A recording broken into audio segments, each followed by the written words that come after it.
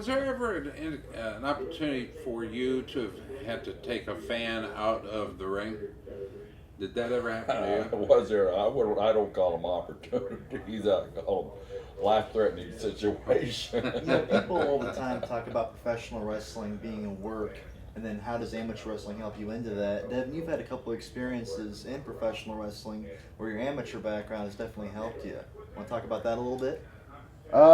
Just I would say when certain people try and take liberties with you, as I mentioned actually in the other interview I did, I guess when I wrestled AJ Styles, I chopped him too hard or something, and he decided to try and legitimately attempt to double leg me, and I thought that was pretty comical because he didn't know how to do a proper double leg, and I just took him in a front face lock and asked him to settle down. So that was one of the instances. You asked him to settle down? Yeah, and he did settle down when he realized he couldn't double leg me.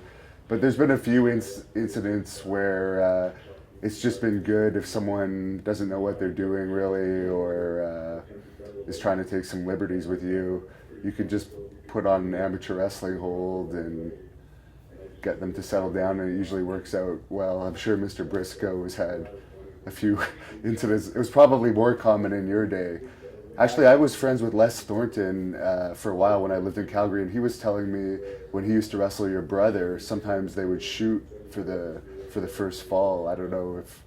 It's great. I several guys, they, especially back when I started, in the late 60s and early 70s, old timers at that time, I mean, they really defended the business. A young punk come in, right out of college, had the long hair, it's the 70s, the bell-bottom pants, the hippie, all that stuff. Good-looking young man coming off. Handsome dude. Coming out of Oklahoma State Cowboys. And so anyway, some of them would get in there, and they would try, like I said, and like Devin said, it was always kind of humorous when they'd shoot in, face down, and people walk in the park.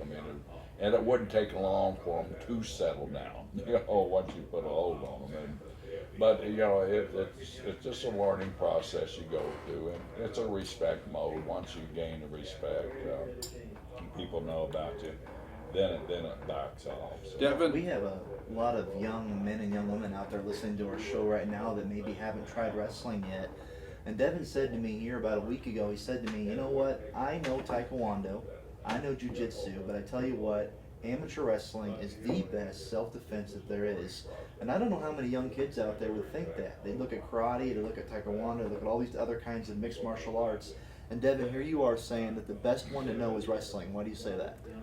Well, I've been a bouncer since 2001, and I've done concert security, and I've been attacked numerous times in my life, probably countless times, and I've just found that amateur wrestling has been the best form of self-defense for me, because most people don't know how to defend it, that haven't done it, and you can control people without actually seriously hurting them.